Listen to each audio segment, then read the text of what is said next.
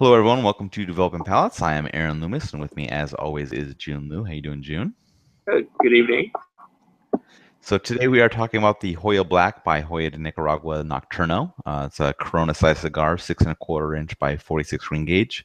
Comes out of the Joya de Nicaragua factory in Nicaragua. Wrapper is Mexican San Andres, and the binder and filter are both from Nicaragua. Price point is $6.50, and the cigar was released in July of 2016. So, June, what was your pre-light experience like? The pre-light was really good. I thought the wrapper had a really rich, thick, spot-on Maduro shade to it. Major veins well pressed, seems tight but visible. Bench and roll, bench and roll, bunch and roll.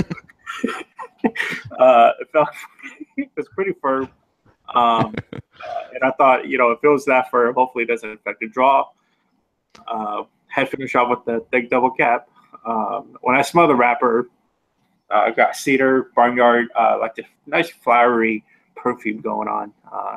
Smelling that foot, spicy cedars, sweet raisins, white pepper spice, cold draw. I got aged cedar, dried persimmons. Yes, dried persimmons. And a little bit of a white pepper coming through. Yeah, wrapper was dark brown with some lighter shades surrounding the veins, which were, a few fairly visible. Seams were easily visible as they were kind of slightly raised. The head was finished off with a well-applied triple cap. Band's primarily black with some silver, white, and blue on it. Aroma from the wrapper was a mix of damp earth and leather.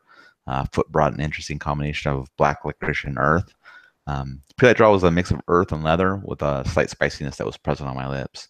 So getting into the flavor profile, June, what was your experience like? First third, I thought it exhibited a good range of flavor. From wood bitterness, a little bit of subtle sweet cream coming through, like a layering black pepper spice. Retro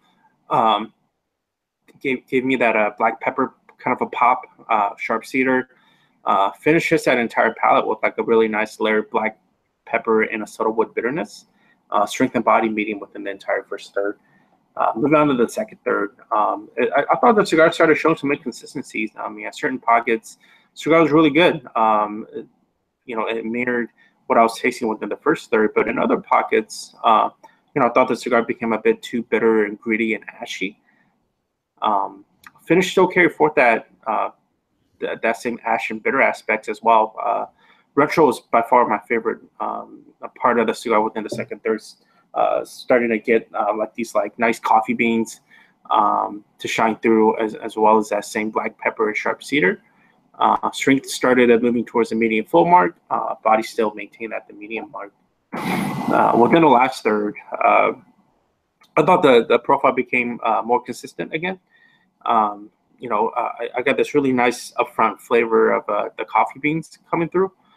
And the wood bitterness, faintly sweet cream, layered black pepper. Retro gave that same amount of black coffee beans and sharp cedar and black pepper. So just in general, the amount of coffee beans notes that I tasted in this cigar was just super tasty. Finish filled with the gritty earth, ash, wood bitterness, balanced black pepper. Strength still moving towards that medium full mark, but not quite there. And then body at the consistent medium. Yeah, initial draws brought a mix of earth and black pepper. Half inch in, that earth and pepper meld together rather well than being two separate flavor notes. 3/4 of an inch in, some coffee joined the peppered earth. Retrohale was a mix of coffee and earth, and as the third came to a close, the profile had become very smooth as the coffee and the earthiness mixed well together, and the pepper was a kind of a supporting note in the background. Strength was right at medium. Getting to the second third, that smooth mix of coffee and the earthiness kind of continued on. At a half inch in, some cream joined the coffee and earth mixture while the pepper was still kind of present on the finish. At an inch in, cream decreases a bit, pushing the coffee and the earth back up front. Pepper had pretty much left the profile at that point, and the retrohale remained that coffee and earthiness. As the third came to a close, that cream disappeared and the coffee and the earthiness remained, and the strength kind of remained right at the medium level. Getting in the final third, coffee and earthy notes continue on. 1/4 inch in, profile gains a little bit of meatiness and chewiness as the coffee and the earth kept chugging along.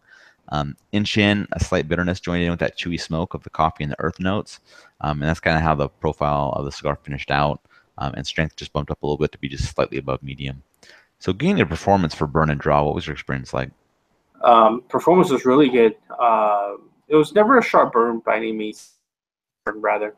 But I never had to touch that with my lighter. Ashes are really sturdy. Nothing, no ashes fell on my lap. The cigar was nice and cool, burning the whole time. So no big complaints. Within the draw, I was happy to know that within that hardness that I felt within the pre-light, it didn't affect the draw at all. It was a little tight than typically like it, but I was able to taste all the flavors without having to pay that much attention to the draw. Yeah, for me the burn was perfect. Stayed sharp the entire way. Ashes held on slightly over 1 inch increments, so really no issues there. And the draw was perfect as well. So just right amount of resistance that I prefer. So I had absolutely zero complaints in regards to construction for this cigar. So overall, what were your thoughts? I thought it was a pretty tasty cigar overall. It was on the bolder side of the offering. I mean, it's not like the Antonio, it's not gonna knock you on your ass like that cigar did to me. But it's also it's good. Like it kind of fits somewhere in that middle, right, within the flavor profile, the strength spectrum of kind of what they offer. Like that, gentle sweetness, which I expect from Mexican San Andreas. But unfortunately, that was overcasted at times by a little too much of a gritty earth bitterness for me. And I think within, I mean, Joya is not one of those guys that just releases a bunch of stuff all the time. Right. So when they do it, it's almost like, all right, it's planned, right? And they have such a legacy brand already.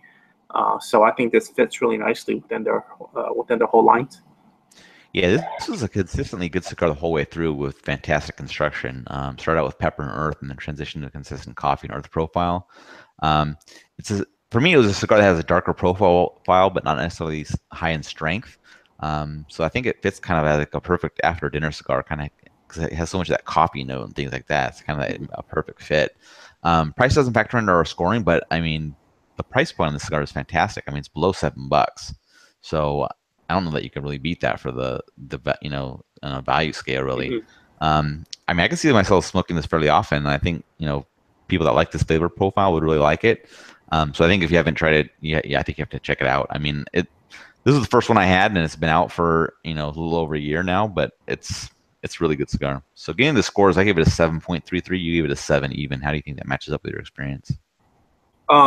Pretty well. I mean, it's the only dip in was I rated an average within the second third, which kind of became a little, like I was saying, became a little too gritty and ashy kind of for me. Right. Overall, it was really tasty. I'll gladly smoke more of these and love to get a sense of what the other Vitolas perform like. Yeah, mine's the same way. I mean, I gave it a good score for flavor all the way through, and it had amazing construction. I couldn't really complain about that at all. So this is kind of a hidden gem for me. I mean, I know it was out there for a long time and people had talked about it, but I never got around to smoking it. So I'm glad I got a chance to now. But I'm pretty impressed with it. So, any other final thoughts from you? No, go smoke it. Yep. All right. If you're just catching this video on YouTube, be sure to subscribe to us, but also check out the full written review on the website, developingpalace.com. Make sure to follow us on those social media channels, Facebook, Instagram, Twitter, and Google+. And you can catch all of our review recaps on podcasts, so iTunes, Google Play, and Podbean. Thank you for tuning in, and we will catch you on the next one.